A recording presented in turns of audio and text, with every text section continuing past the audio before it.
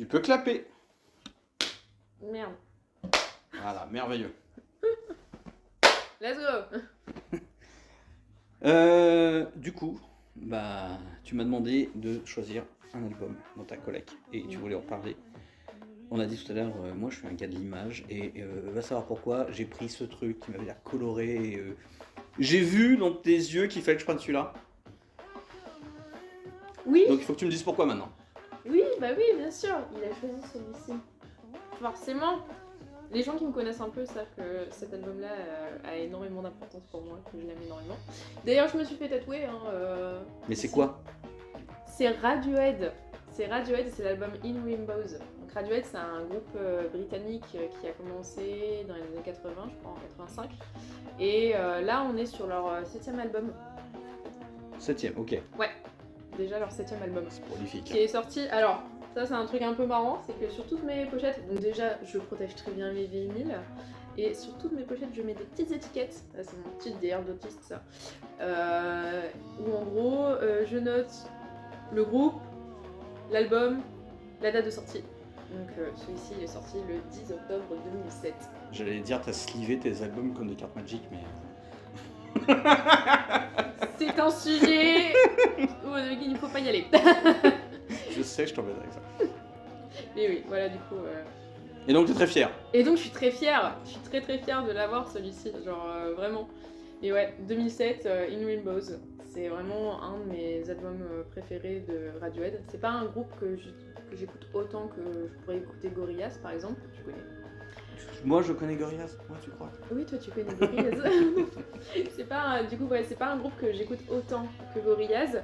Mais pour autant, c'est un groupe qui m'est très cher, notamment cet album-là. Vraiment, Tu t'es tatoué un poisson, faut que t'expliques ça, vas-y. J'en ai deux, je me suis tatoué 2 poissons. J'en ai un deuxième ici qu'on voit quasiment jamais. Et ici, j'ai un petit weird, tu sais, qui est écrit à la manière en fait du.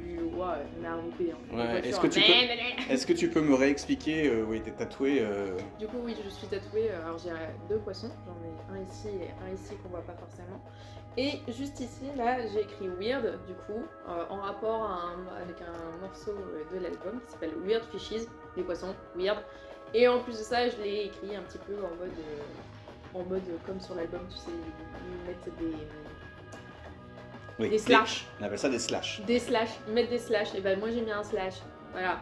Ok. J'ai mis Weird. Carrément. Et alors, tu m'as parlé un peu de ça tout à l'heure, donc il y a un gars en particulier dans le groupe qui résonne. Alors il y a un gars en particulier dans le groupe en effet qui résonne, c'est le chanteur qui en gros s'appelle Tom York, qui a fait une carrière solo. Il a sorti notamment un album en 2019 qui s'appelle Anima, qui est vraiment pas mal. Je crois qu'il en a sorti un entre temps aussi. Et ouais, c'est vraiment c'est la voix de Radiohead, quoi. Il est reconnaissable, même juste physiquement, il est reconnaissable aussi. Qu'est-ce qu'elle a de spécial cette voix? Pour ma part, alors, je pense qu'on n'est pas tous d'accord là-dessus, hein, mais pour ma part, en fait, elle a vraiment un côté très angélique. En fait, j'aime bien comparer Gorillaz et Radiohead parce que c'est plus ou moins le même style de personnage, sauf qu'il y a Gorillaz qui est, on va dire, un peu plus festif, tout ça. Radiohead, c'est pour les dépressifs. Voilà, et Tom York, vraiment, il respire pas la joie de vivre, quoi. Comparé à Damon Albarn, c'est un autre délire. mais voilà, ça reste quand même des groupes que j'aime bien relier, parce qu'en termes d'innovation musicale, il y a de quoi faire. En fait. C'est un laboratoire en fait. C'est ça, c'est complètement un laboratoire et c'est ce qu'on retrouve en fait aussi dans l'album In Rainbows, parce que il y a forcément ce côté très rock de Gorillaz, ce rock un petit peu psychédélique, et il y a aussi un peu d'électro, enfin vraiment c'est hop, un méli-mélo de plein de choses et c'est hyper agréable d'écouter en fait. Et donc tu me dis que c'est le 7ème, donc ça veut dire que j'aurais pu tirer 7 autres vinyles. J'ai tiré celui-là, donc en fait celui-là il est important dans la carrière de très important. Déjà, alors je pense que il peut être considéré comme l'album culte de Gorillaz, en vrai. Et pour le coup, moi c'est l'album qui m'a le plus touchée. Je l'ai écouté quand même assez tard, c'est-à-dire que mes parents écoutaient Radiohead, j'étais gamine. jamais autant écouté. J'étais même du genre à ne pas trop aimer d'ailleurs Radiohead. Ouais. Je me rappelle que, tu sais, la chanson la plus connue, c'est Creep. D'accord. J'étais pas trop fan quand j'étais plus jeune, et il y a eu le lycée, et le lycée, je suis tombée sur du coup le morceau Weird Fishes qui m'a transportée, et c'était à l'époque où justement j'essayais de me défaire un peu de la culture musicale de mes parents, donc je piochais à droite à gauche des morceaux par-ci par-là que j'entendais. J'avais pas forcément cette habitude d'écouter les albums de bout en bout. Je pense que j'ai dû écouter l'album peut-être vers mes 19 ans en entier. Et là, ça a été la claque en fait. C'est un album que tu écoutes de bout en bout parce qu'il est juste. Il est magique, il est planant.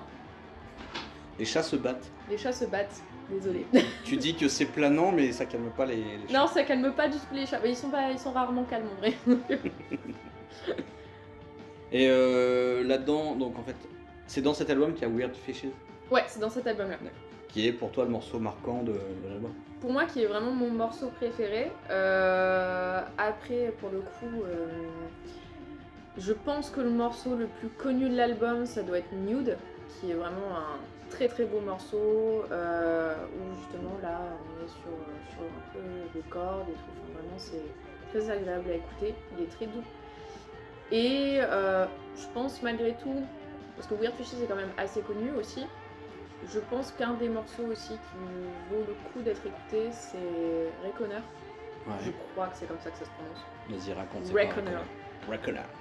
Je sais pas ce que c'est. Le Reckoner. Je sais pas ce que ça veut dire. Ah, mon anglais est limité. On cherchera, on mettra un petit sous-titre. On mettra un petit sous-titre en disant, bon bah voilà, ça veut dire ça. Ouais. Avec aussi Mais la prononciation. Parce avec que notre accent, parce que j'imagine que c'est R, mais on mettra Reckoner. W-A-I, Reckoner. Non, même pas, c'est vraiment. Attends. C'est R-E-C-K-O-N-E-R. D'accord. Je sais pas ce que ça veut dire. Mais c'est un morceau qui est vraiment très cool à écouter. Où... Ouais, en fait, encore une fois, t'as la voix de Thom Yorke qui vient vraiment tout faire peser dans la balance parce que c'est. Encore une fois, c'est génial pour les oreilles. J'adore. Je pourrais en parler pendant des heures, y'a pas de problème. Du coup, parce que oui, j'allais te dire, tu m'as dit tout à l'heure qu'il était sorti en 2010. En 2007. C'est ça 2007, ouais. Donc l'album, il a 20 piges. Ouais, il va bientôt avoir 20 piges. Vache. Ça nous rajeunit pas. Ah, non, surtout moi, hein, mais bon. Ah oui, c'est le doute, mais bon, moi ça va, j'ai encore le temps, c'est vrai. Mais si je peux juste refaire une petite aparté, notamment sur Thom Yorke, il y a quand même une petite controverse vis-à-vis du bonhomme que je trouve un peu dommage. C'est un groupe, encore une fois, qui est bien en place quand même depuis les années 80 et qui a toujours eu une vibe très artiste engagée, aussi bien dans les musiques, parce qu'en soi, on prend Creep, tu vois, genre, c'est certes la musique qu'on entend partout, mais en vrai, il y a un réel message dans cette chanson déjà, du fait de se sentir à part, de se sentir un peu paria, tu vois. Et je trouve ça vraiment dommage parce que dernièrement, donc Thom Yorke, ça y est, là, je pense qu'il a à peu près l'âge de mes parents, donc il doit être dans la cinquantaine, se rapprocher doucement de la soixantaine. Et il y a eu une sorte d'embourgeoisement un peu du bonhomme. Il a vieilli. Il a vieilli et les idées n'ont pas suivi. C'est-à-dire que là, il est devenu très shady, par exemple, par rapport à tout ce qui est Israël et Palestine. Ouais. Et ça a déçu beaucoup de gens, moi y compris, parce qu'en plus de ça, j'ai appris ça peut-être une semaine après m'être fait tatouer. Donc j'étais en mode putain. Mais attends, du coup, il est shady, c'est-à-dire qu'il fait quoi? Il reste neutre, il prend pas position. Ouais. Genre, il reste vraiment très neutre sur le truc. Difficile. Il y a eu quand même une histoire où justement, il continue de faire des concerts en Israël. Et il y a aussi ce truc où... alors je me rappelle plus où c'était, je crois que c'était aux États-Unis, ça s'était passé. Non, c'était en Australie. En Australie, il y a un mec qui l'a interpellé en fait dans le public lors d'une chanson calme en mode ouais, quand est-ce que tu vas speak up en fait par rapport au génocide. Et en fait, Thom Yorke s'est énervé. Ah oui. Et a dit ouais, bah monte sur scène voir si t'es capable de me le dire. Il est monté? Il est pas monté, je crois pas. Ah, dommage. Je crois pas, j'ai vu ça, j'ai fait... Ouais, ok. On veut pas propager de fake news, hein. Mais voilà. vous tapez hein, Tom York. Voilà. des trucs Mais comme du ça. coup, mis à part ça, tu pardonnes. T'as été chercher cet album? Je pardonne pas. Non, ouais. Je pardonne pas, mais c'est quand même très difficile de se défaire d'un album qui t'a construit en tant que jeune adulte. Ouais, non, bien tu sûr. vois. Et ouais, et ce vinyle-là, en plus, pour le coup, je l'ai voulu. Mais genre, vraiment, je l'ai voulu dans mes entrailles. Parce que quand du coup, j'ai vraiment écouté cet album-là en entier, et que du coup, j'ai découvert la pépite que c'était, Ouais. il était disponible nulle part. Il était plus disponible. Ah oui, d'accord. Ah, il était plus disponible nulle part. C'est-à-dire que pour le coup, c'est genre, il y a l'application Discog notamment pour répertorier un peu tous les vinyles que tu as et faire tes listes. Il y a cette application-là qui est très très cool et en fait, moi je regarde régulièrement les disponibilités de certains vinyles que j'aimerais avoir depuis longtemps et que je trouve pas quoi. Ouais, bien sûr. Et en fait, j'avais regardé à cette époque-là et putain, je voyais des prix 50, 70 boules. Ah oui. Ça fait Voilà. mal. Attends, vas-y, je fais une parenthèse. Alors moi, je t'ai accompagné pour aller chercher d'autres vinyles. Alors c'était quoi que t'as pris déjà ce jour-là? C'était Fading Forward des imprimés, dont je D'accord. parlerai bientôt. Mais alors du coup, moi, je suis venu, je l'ai accompagné, j'ai fait 2-3 plans que je vous montrerai là maintenant au montage. Et c'est là qu'elle m'a appris donc le prix des vinyles, le prix moyen ou plus bas. Donc j'ai entendu du 20 à 35. Ouais. Ouais, effectivement, 50, ça commence à devenir un peu difficile. Ça commence, alors il y en a un, Ouais. clairement il y en a, notamment surtout dans les BO de jeux vidéo, dont je parlerai aussi parce que j'en ai. Ah, j'ai failli sortir une BO de jeux C'est vidéo. vrai, t'as failli sortir Ouais. Stray ça viendra. Mais ouais, les BO de jeux vidéo ont tendance à coûter un peu cher. Enfin, là, je sais Ouais. que moi, personnellement, la valeur de certains de mes vinyles s'approche de la centaine d'euros. Je les ai pas payés Mhm. une centaine d'euros, mais ça s'en rapproche. C'est clairement pas... J'ai déjà dépensé quand même plus de 50 euros dans un vinyle, je vais pas m'en cacher, mais là, j'étais jeune adulte, je venais tout juste de commencer à gagner mon petit pécule. Je me dis, putain, je vais peut-être pas mettre tout de suite ce 50, 70 Ouais, non, balles, 50, ça quand fait bien mal. même j'aime beaucoup l'album, tu vois. Surtout quand t'es étudiant. Ouais, C'est ça. effectivement. Et pour le coup, il y a eu vraiment ce truc, cet enchaînement un peu de situations. Donc je me baladais sur l'île, je découvre le disquaire Bohem Records que vraiment pour le coup, voilà, si jamais il regarde la vidéo, je lui dis bonjour, il n'y a pas de problème. Bohem Records. Dis bonjour à la caméra là. Bonjour. Ouais, Bohem Records qui est géré par Max, qui voilà, j'ai découvert pareil, j'ai trouvé des pépites chez lui, j'étais trop contente. Et en fait, très régulièrement, il poste, tu sais, en story les nouveaux arrivages. Ouais. Et là, je vois dans un de ces arrivages In Rainbows de Radiohead. Je te jure que dans l'heure, je lui ai envoyé un message en mode tu me le gardes, tu me le mets de côté, j'arrive. Et je suis arrivée et je l'ai acheté 26 ou 28 euros, je crois. Oh. Donc bon, comparé à 50-70 balles, en Ouais, fait, il non. avait été réédité, tu vois. Peut-être pour un anniversaire, genre les 15 ans du CD ou quoi. Et vraiment, mais quand j'ai vu ça, j'ai C'est cool. pété mon crâne. Tiens, attends, je veux juste savoir un truc, parce que tu vois, en fait, qu'est-ce qui fait aujourd'hui, en 2026, avec Internet, on a eu l'époque des MP3 et Ouais. tout ça. Alors, je suis sûr que la question que tu vas me donner, je peux la comprendre, parce que, comme je disais, moi, le dessin, j'achète des artbooks, on achète des prints, juste posséder une image, mais qu'est-ce qui fait que, en fait, on veut posséder un vinyle, en fait? Pour quelle raison? Alors, je pense que avant tout, c'est une question vraiment de collection, hein, c'est un fait. Moi, j'aime beaucoup collecter les choses.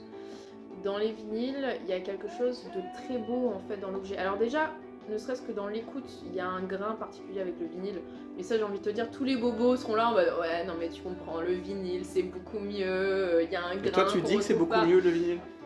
Je vais pas dire que c'est beaucoup mieux parce que d'un point de vue clarté de la musique, on va pas se mentir, nos téléphones, les CD, c'est ce qu'il y a de mieux en termes de son en fait. Mais c'est vrai qu'il y a un charme dans le fait de faire tourner un vinyle parce que tu sens le crépitement dessus. Ouais. Ensuite, c'est tout un art aussi d'en faire. C'est quand même vachement particulier, tu vois. Genre tu vois la galette. En fait, est-ce que c'est la différence qu'il y a entre allumer une lampe torche ou la lumière chez toi avec un interrupteur et allumer un feu. Je pense que c'est ça. C'est un peu ça. Je pense que c'est ça. Et il y a aussi des gens, C'est plus magique. enfin, il y a surtout des artistes qui mettent un point d'honneur en fait dans la conception de leur vinyle. Moi, je sais que j'en suis très heureuse. J'ai des vinyles par exemple qui sont colorés. Oui. Voilà. Tu m'as vu. Je sais. Voilà, on en parlera. On raconte pas là ça maintenant, On en mais j'ai parlera. vu un truc de ouf, oui, On effectivement. en parlera, il n'y a pas de problème. Donc j'ai des vinyles colorés, donc ça en plus, quand c'est pas forcément notifié sur la pochette et que tu ouvres, t'es là en mode putain, c'est trop cool! Ouais. Genre waouh, mon vinyle il est coloré, il est pas juste noir. Bon, ça malheureusement, celui-ci il est noir. Ça, Oh, nul. ouais, trop nul. mais par contre, à l'intérieur, il y a. J'ai un poster. Et tous les posters qu'il y a derrière moi là, c'est des posters de On pochettes fera de vinyle. un plan si tu peux déplier le poster tout à l'heure. Oui, Ouais, j'ai tout fait à ça. l'heure. J'ai fait ça, il n'y a pas de problème. Bon, du Mais- coup, Ouais. il est bien. Il est très bien. Il est très bien. Il Il est est très très bien bien. à quel point? Il est excellent. Et si je devais donner une note sur 10, je pense que je pourrais pas mettre 9. Bah oui, mais non, je mais suis en fait, obligée de mettre 10. mais on peut pas mettre de notes. C'est moi tout à l'heure, je disais des trucs. Genre, il faut pas mettre de notes, il faut mettre des adjectifs. Genre, est-ce qu'il est rude? Est-ce qu'il est onctueux? Ouais. Est-ce que la musique peut être onctueuse? Moi, alors, onctueux, je l'associe beaucoup trop à la bouffe. donc j'arrête. Est-ce que ce vinyle est une île flottante? Le vinyle est onctueux. Non, je dirais par contre que clairement l'album est planant. Ouais. Ça, tu vois, il y a vraiment ce côté, encore une fois, rock, psychédélique, planant. Hop, c'est bon, tu t'allonges, et juste, tu te tais, et tu l'écoutes, et tu te laisses transporter en fait. Et ça c'est vraiment agréable. Et ouais, si encore une fois je devais parler de musique à quelqu'un qui n'en écoute pas énormément, Ouais. ce serait clairement Genre, dans mon top moi tier. qui te dis que j'ai pas une énorme culture musicale, tu me dirais Ouais. d'écouter ce truc-là. Bien sûr. Carrément. Mais je pense que j'ai une liste. D'ailleurs, je pense que j'en ai envoyé une il n'y a pas si longtemps que ça à une amie, Ouais. Dorian, qui va sûrement passer aussi. Bonjour. J'ai envoyé une liste. Il y a 140 albums D'accord. dans ma liste, mais c'est 140 albums Qu'il faut écouter. il faut écouter. Mais en fait, fais-toi des playlists et puis on les met en lien. Ah, mais peut-être, en si lien de ça vidéo, vous quoi. intéresse, je le ferai. mais ouais, non, 140. Donc c'est à ce point-là, genre celui-là, tu l'écoutes toute ta vie, dans 20 ans. Je l'écouterai toute ma vie. Ah ouais, Il n'y a pas de carrément. problème là-dessus. Du coup, fais-moi voir l'album que j'ai choisi et puis on va aller l'écouter après.